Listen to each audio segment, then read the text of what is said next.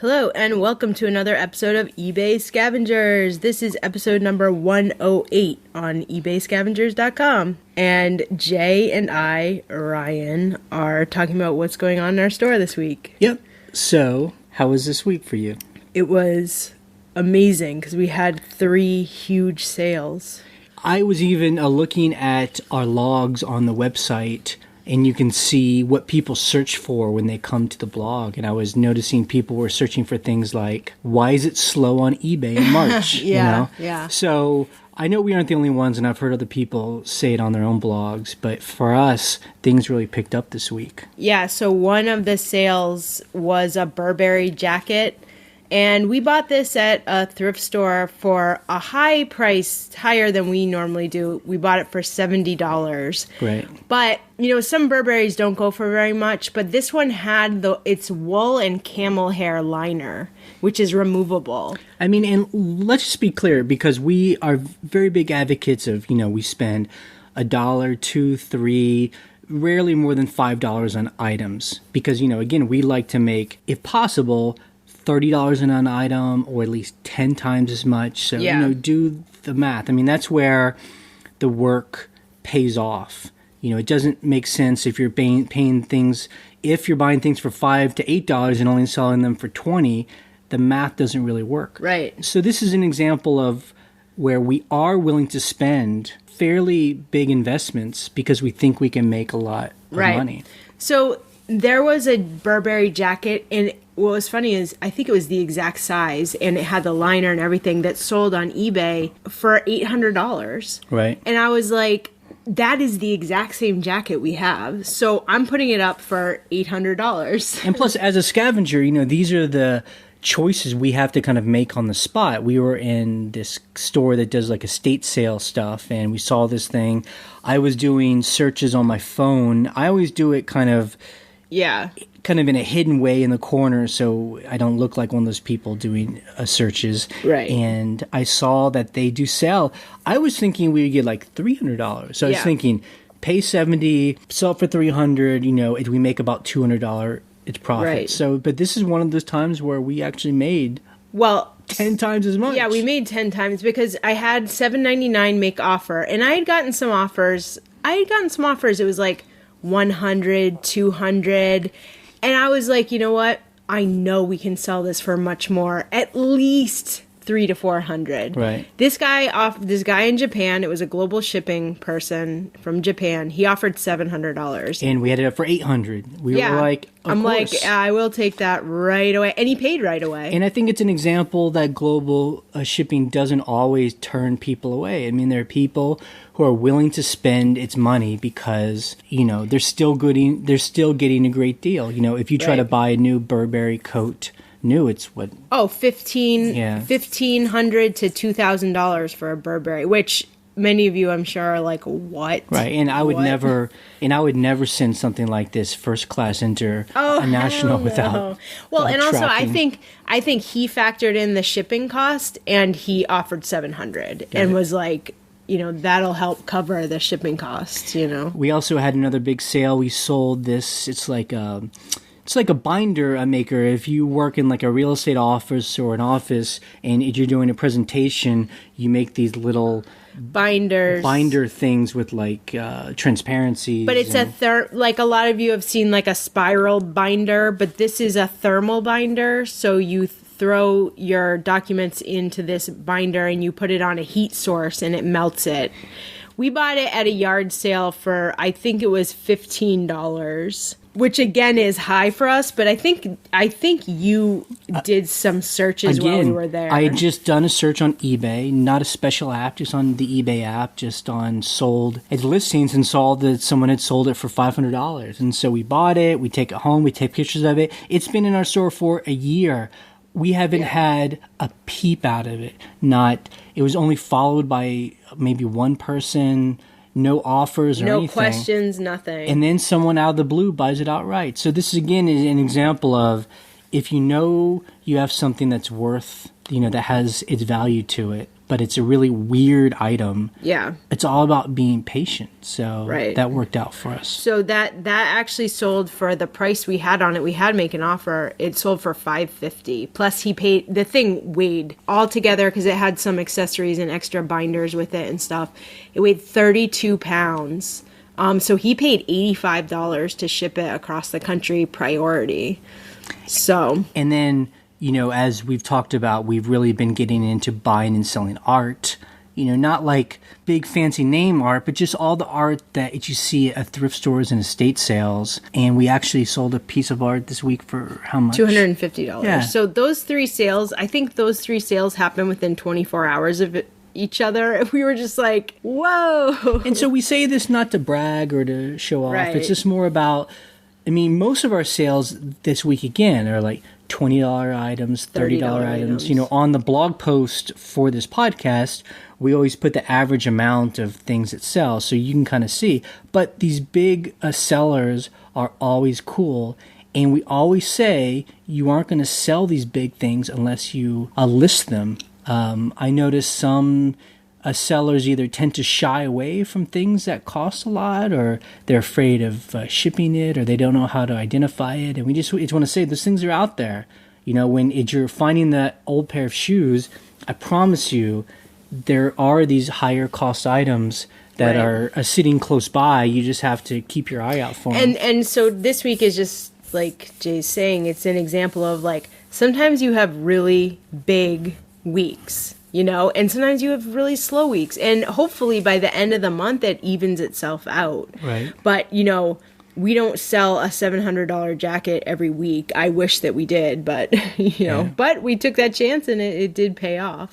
So I wanted to update people. Last week we had talked about, someone had asked a question about how you ship an LP, a record, a record. And actually someone on YouTube, a listener wrote, he says he sells them all the time, all day long. And he says there are special, it's boxes that you can, it's shipped them in. We will put a link to the blog for these special, it's boxes. He says 1 out of 100 might get it's broken, but he has insurance on them. And he says he does not listen to them before he sells them. He makes very clear he's just eyeballed them for any big scratches, and it's very clear. And he says people, it's return LPs just as much as they do anything else. So. And also when you're, you know, he doesn't listen to them, but I'm sure he like, you know, takes the LP, looks in the light, and probably takes a photo of the surface in, you know, in good light so that you can see there aren't scratches. Maybe. I would hope so. So we kind of were talking back and forth through email, and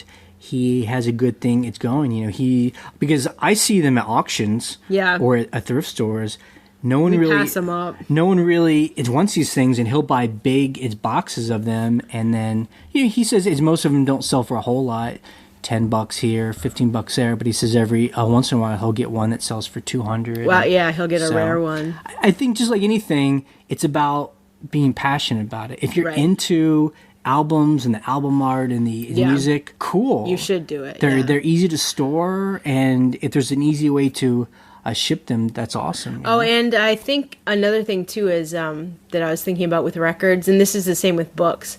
Sometimes records smell really musty too because they've been sitting in someone's basement, but they're in okay shape, you know. But you can't always just like air them out. Yeah, that's another thing that I think with albums and books. But I just want to bring this up because last week someone had asked a question about it, and we kind of poo-pooed selling records, selling LPs, and that's just because we just aren't into it. We just don't do it. We didn't know a lot about it, and you know what? We're very often wrong or just don't have that experience. So someone else had the experience, so that's cool to hear from them. Yeah. We have been selling these sinks that we got, I think it was last February, so it's been a little over a year since we bought these sinks. And just to make sure people understand, we had gotten to one of these stores and they were selling sinks that were basically new in the box.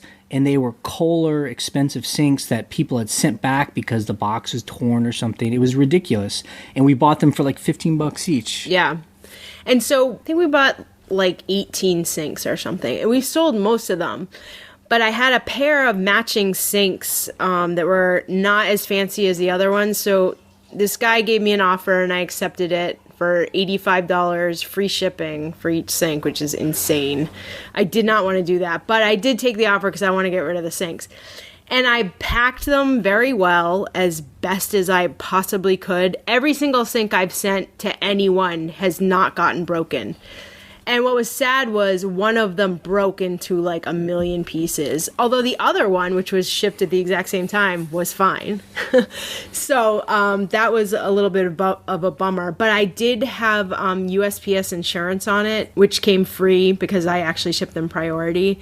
So I refunded him his money, and I have done a claim on USPS, and I had him send me a photo of it. So I sent that to USPS as proof that it broke. So we bring this up because, you know, is Ryan's a queen of packing and things just break. Yeah. Because I always just have to imagine some guy taking a box, he throws it to another guy, and it falls 6 feet off the truck and lands on the ground or the corner. I mean, and that's just what happens. And sometimes it makes it, sometimes it doesn't. And we handle it, or Ryan handled it very well. The guy we just asked for a photo. He sent it. We gave him an immediate refund on it. And then we filed a claim. Yeah. And with USPS, we've done this a couple times now. It takes some 3 to 4 weeks. I mean, max. I mean, it could take only like a week or two for them to get it, but for you to get the check from them. But the funny thing was about this situation was that I sent him 2 identical ones. One broke, one didn't. So the good thing is the customer was like, I know you pack this well. I can see that clearly. And me too. You know, I'm like, I guess I did pack it well because one of them made it. But yeah. So anyway. So it was good. Someone was asking on the blog, we had talked about trying that new eBay Valet program, and that's where you can mail stuff to eBay, and then they will sell all those goods. It's for you, and they give you a cut of its profits. They give you 70%. Right, and I guess they're trying to get into that market. Instead of people taking their stuff to Goodwill, they mail it to eBay, so you get some kind of money back. So we tried it because it was free right now to its mail stuff in. And what it was, you know, and they give you links to your stuff that gets put up. They put it up for 7-day auctions. It looks like it's just sold by another eBay, a seller that eBay must have picked to do this. And they took really bad photos. They had horrible feedback. They have all these negatives from customers being like, I never got my thing. You know, this isn't the size they said it was. And we put up, I mean, we gave them 6 items, mainly clothing, that we didn't care if it sold or not. I think 2 of them sold and the other 4 didn't. And you can pay to have it all mailed back. We said keep it. And supposedly it gets destroyed, I guess. And then we got a check or a PayPal payment for $14. $14. So, which is pitiful.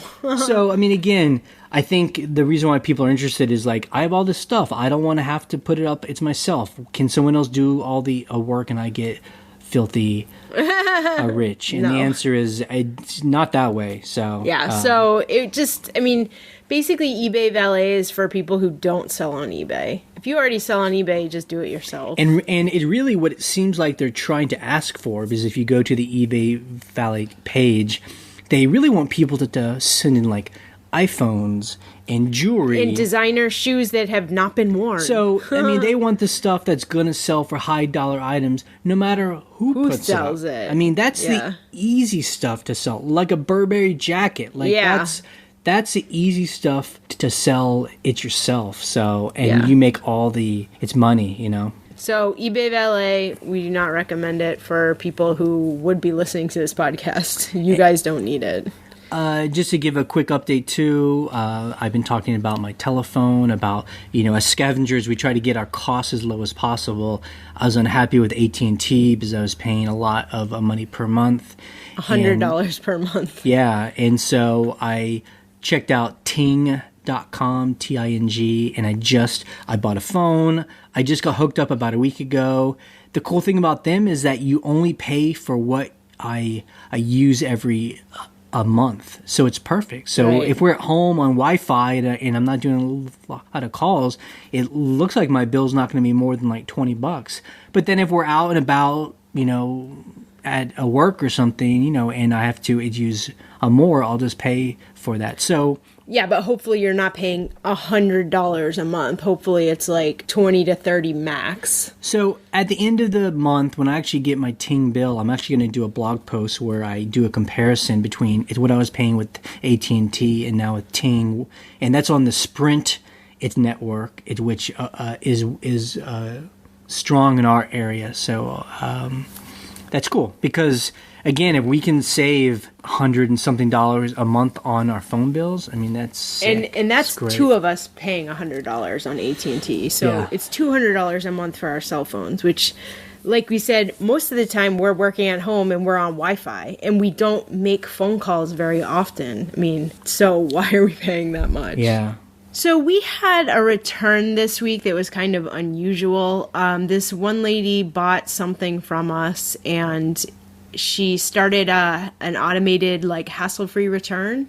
It was a bike helmet, and she said that the strap had a stain on it, which it did.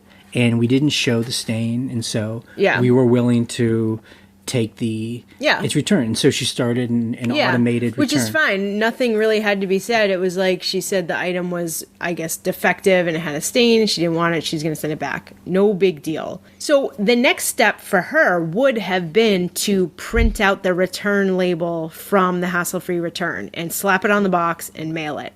However, she went to the post office and paid for a large flat rate box, which costs over $17 to mail back. So she kept writing me these messages. Oh, I went to the post office. It was $17. You'll have to pay me that $17. And I didn't say anything. I didn't respond. I said nothing. So I actually called eBay to ask them if I was responsible for that shipping since she went through hassle-free returns but didn't use the hassle-free returns label and didn't ask me about it. She just went ahead and did it. And they actually said, no, you are not responsible for her going outside of the return system and choosing her own, shipping method. So I returned her money through hassle-free returns. I did the price of the item plus her original shipping, but not, anything more than that.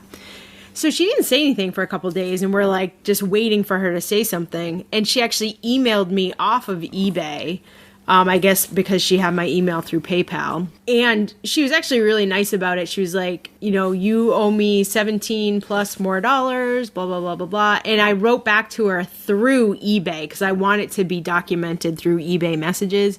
I just pasted her email in and said, regarding your email pasted below, I basically just said what eBay said. You went outside the system. I would pay for the return shipping through hassle-free returns, which was only $4 because returns through hassle-free returns have a discounted returns rate through USPS. Right. So, okay, that's cool. Yeah, that's the situation. And this is what we wanted to let people get from this, is that this, again, is an example of the silent method that we talk about when you deal with people on eBay. That, instead of us getting into some long, drawn-out argument with her, right, we simply called eBay first to make sure we were in the right. We give her the very specific info, and now we haven't said anything. Yeah. So now it's on her if she wants to. I don't think she can open up a case, but if she wants to complain to eBay, if she wants to leave us bad feedback, I mean, she now needs to take an action. Right. And then we can let eBay be the final word, and we think we're in the right here. According to eBay, we're in the right, and they said if she leaves us negative feedback, I can get it removed because we are correct here. Yeah, and honestly, as calm as I seem about all this, I remember when she first wrote us an email expecting us to pay $17 to pay for the item to come back to us. And that's almost the cost of the item itself. I was actually writing an email to her, kind of like the old days where I wanted to prove to her why she's wrong and get it all into it. Instead, we were smart enough. I deleted that email and we just didn't say anything. And that's when we called eBay. And so I think this is also an example of why we're kind of new to the hassle-free its returns that eBay started. And we actually now kind of like it. Right. Because it makes it very clear who's it's responsible for what. And the fact that she can mail back an item that the post office says costs $17, but through eBay it only costs $4. Yeah. That's really, really great. Especially those of you who, for some reason, continue to want to do free shipping. That would really help you. Yeah, that discounted rate is...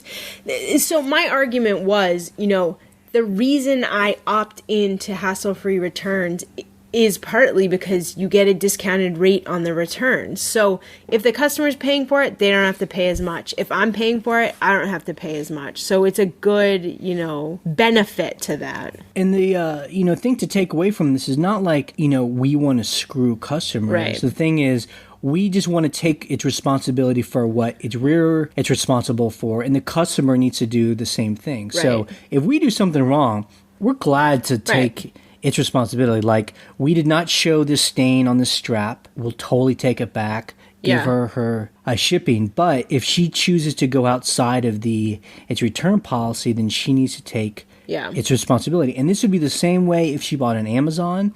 If she does its return on Amazon and doesn't print the Amazon return label, then she has to pay for that. Right. Shipping. If she's returning something on Amazon and walks over to the post office and sends it back, she can't call Amazon and be like, you have to pay that shipping now. I mean, they'd be like, you didn't use our label. It's the same thing. So there you go. Another example of the silent way to handle buyers. Ryan found a funny article. We've been talking lately about Amazon FBA. Arbitrage, like go buy a bunch of cheap toothpaste and sell online, or crackers or toys. We found a really funny article that we'll link to on the blog where some police saw these people stealing from a shopping mall, and they thought that they were drug dealers. It turned out... Yeah, so they went to they followed them to this warehouse out, I guess it was out in like the suburbs of Detroit. And it ended up that it was like this massive shoplifting ring. And they were shoplifting like, kind of expensive stuff from like CVS, Walgreens, those types of stores, and then reselling it on Amazon and eBay. So there are times where we're like, how are these people even making a profit on, these crazy deals on Amazon? Well, supposedly these people were making millions of dollars selling stuff on Amazon and eBay, I guess. Yeah, I mean, they actually seem to be doing very well. They actually bought the warehouse in cash for a couple $100,000 that it's working out of. And I guess it makes sense. If you can find people that can consistently steal things for you, there's no way for Amazon to tell, stolen shampoo from not stolen. So it's... I mean, we don't advocate it, but it's an interesting... It's just, I thought what was so interesting was that they were like shoplifting all this expensive shampoo and stuff and then selling it on Amazon. Like, it wasn't even drugs, it was like shampoo, So it's crazy. Just insane. Yeah. So we're going to start answering some questions for this week. Again, every Thursday now, we're putting an open thread on the blog where people can ask its questions. We really like that because it's public and other people can join in, and like we always say, we don't know everything. We aren't experts. We just can share our own experience. But some people are still sending in its questions that we're glad to answer. And the first one's from Tammy. Okay, Tammy asks, I have 100 items listed in my store. I'm fairly new and eBay has not raised my limits yet. I tried to open a second store and they limited me to 10 items per month on that store. Is there any way around this? Do you know how they determine when to raise the limit? Do they go by your feedback or how many items that you have sold? So Tammy, this is it's question for a new person, and we get this question a lot. Actually. And I'll be glad to answer you, but really, as a new eBayer, we all need to get in the habit of just Googling. I mean, the answer is really easy. You just say eBay limits. Yeah, and then there's a whole page that tells you exactly what those are. So, eBay wants to make sure that new people don't just open up an account, put up 1,000 items, sell a bunch of stuff, and then don't send it to the people and keep the people's cash, and it's a big scam. So they kind of put you on a leash. And normally it's a 3 months as lease. So it's a 90-day, right? So it's 90 days. And they just want to see 90 days of successful listing and shipping and feedback. Yep. And you can call them too. And if you call them and talk to them in its person, that seems to make them feel it's better, and they'll kind of ease you into unlimited, you know? Yeah, it's just like what Jay said. I mean, they're just making sure you're not a scammer. I mean, we started so long ago, I don't remember how that happened. But I'm pretty sure I called eBay to be like, can you please lift my limit so I can sell more? I mean, it's number one, I'm pretty impressed by people that hit the limit that it's give you, because often it gets up to a couple hundred items, and as most experienced people can't list that it's as many items that fast. So if you're hitting those limits, then that's a good thing. Don't sweat it. You know, take the 90 days to, you know, show them that you're a good eBay person, and focus on shipping on time and getting it to its person, handling feedback, and, you know, all that. Okay, so the next question is from Paul, and Paul asks, could you go over your experience with local pickup and the process? I'm getting conflicting information on Google searches. Do you only accept cash for local pickup? And if you accept PayPal, how do you prove to PayPal that the item was picked up? And the reason he's asking this, and I searched for this before we did local pickup too, is people say that there is a scam with PayPal where if someone buys a chair off of you and comes and picks it up and they paid through PayPal, you know, there's no shipping, history. So they can file a claim with PayPal that says item never received. So I don't know how often that scam is used and whatever, but the two local pickups that we did cash on one and a money order on the other. Either one, cash or money order, we were like, that's what you'll bring, and then we'll mark it as, you know, picked up or shipped or whatever.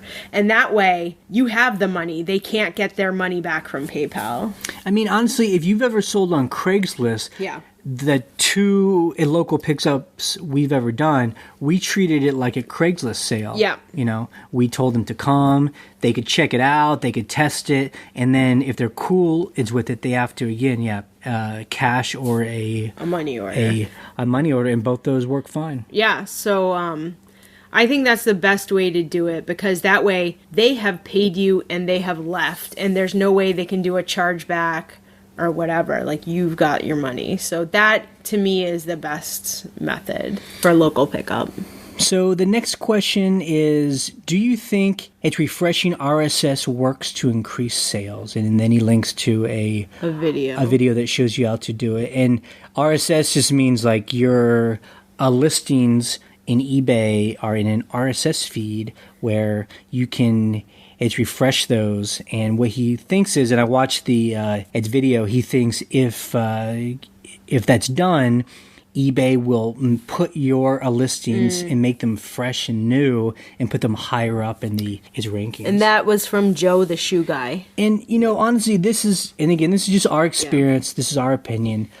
Those kind of tricks, or, you know, you're trying to find ways to kind of trick the eBay search engine to like your things more than other people.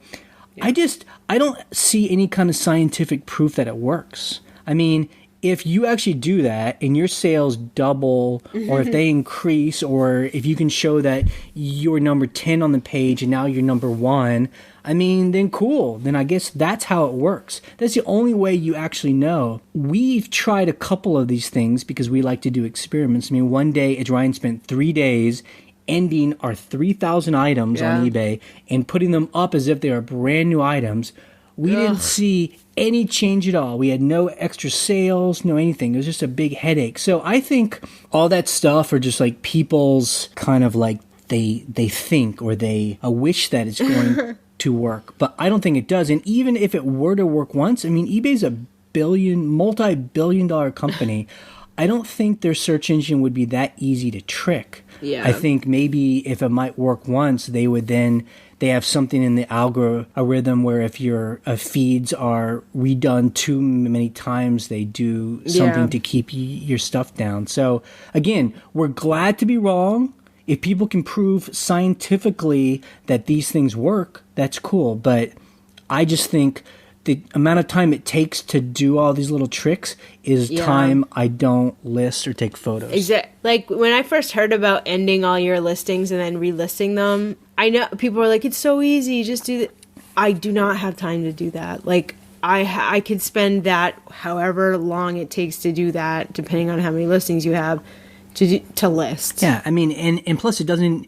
We don't see how it works. Yeah, we don't see I'm not seeing it working. Numbers. We don't show the proof. Like, it should be like being a scientist. You should do an experiment, and everyone can do the same experiment, and they're going to get the same thing out of it. Right. And I'm not seeing that. Now, if you're new and this is like gobbledygook or whatever, the way for eBay to put you high in its rankings is to take good photos, write good, clear descriptions and titles, good, clear titles, and list, and to treat customers well, and so you have good feedback. I mean, it's really just that's the organic way to do it, you know? And I mean, if you're spending so much time trying to game the system, I mean, you're wasting time. You should just be working. That's my philosophy. I mean, with any kind of career that we've tried or done, you know, anyone who's like, this is how you're going to make money so quick. I'm just like, I don't have time for that. I'm doing other things. Yeah, part of this answer comes from we were watching its videos on YouTube from some of these eBay sellers. Get rich quick, man. Where it's just like they may be good at selling on eBay, but they seem to have like gotten into internet marketing, and they're not very good at it, and it just comes off all very scammy and just like it just kind of makes us feel dirty, and we don't want to be those people because we don't think on any of that stuff is true. It's something that I think Jay always says too. Like, we are people with a business, like basically like a mom and pop store. I'm not a marketer. I'm not someone who wants to sell you a pamphlet and a DVD. Like, I just want to sell cool stuff on eBay. That's what I want to do. And that's what I'm trying to do. And we like to hear from other people doing the same thing because, you know, if not, we're just kind of isolated in our house with our cats. So that's it. So the next question is from Steve B111. And they ask, what do you do when a package tracking number shows it was delivered, but the buyer says they didn't receive it? Again, we get this question several times a week. What you do is you say, I sent it to the address you gave me on eBay that was confirmed through PayPal. And hopefully you did send it to that address, not another address that they gave you. Unless there's a record of that and you could say you sent it there. And then here is a number where it was the tracked, tracking number, and it says it's delivered. Delivered. So please call the post office. Right. So what I say is, and I think eBay says this too, was there someone in your house that might have, you know, picked it up or signed for it or whatever the case is? Could your post office be holding it? Please contact the post office or your mail carrier. And that's it. There's nothing more to be said. You sent it where they told you. The tracking says it was delivered. I don't think I would even say that much. Well, I've said that to some people who are like freaking out. Got it. And that's that. If they call eBay and say I didn't receive this and it's marked delivered, eBay will side with you. Yeah. I mean, so basically, let's just go in step by step. If you say, this is the address I sent it to, like you told me, it's your official eBay address. This is a confirmation number. It says it's delivered to you. Call the post office. Right. That's it. Done. Silence. I don't say anything else. Then they have to take action. If they're unhappy, if they think I did something wrong, they have to open up a case with eBay. Right. And then I have to do the same thing. I tell eBay, this is where I sent it. This is a tracking number. And then eBay makes a decision based on that. I mean, actually, then the buyer has to escalate it to where eBay has to get involved after that. And then eBay, every time that's happened to us, they take our side because we did what we did. So that's what the deal is. If you write anything else other than that, you're really just getting into more of the dramatics. You're getting into a big soap opera. You know, people are unorganized, you know, all those things. So that's how we do it. Tammy wrote another question to us, and she says, I was wondering about how we did our taxes, how sales tax plays in to that. Did you have to get sales tax for customers, or is that only in your own state? I'm not sure how that works. mean, these are good. It's questions, but you should not be asking total strangers on the internet about taxes. I mean, if you're getting into a business and, things are getting hot and heavy and you're talking about the IRS, get a local accountant, not an HR block accountant, get like a local CPA that, has an office. It's a couple $100 each a year, and they'll help you figure out how to do that. I mean, currently the internet tax laws are very wacky, and, that's why Congress is trying to figure it out.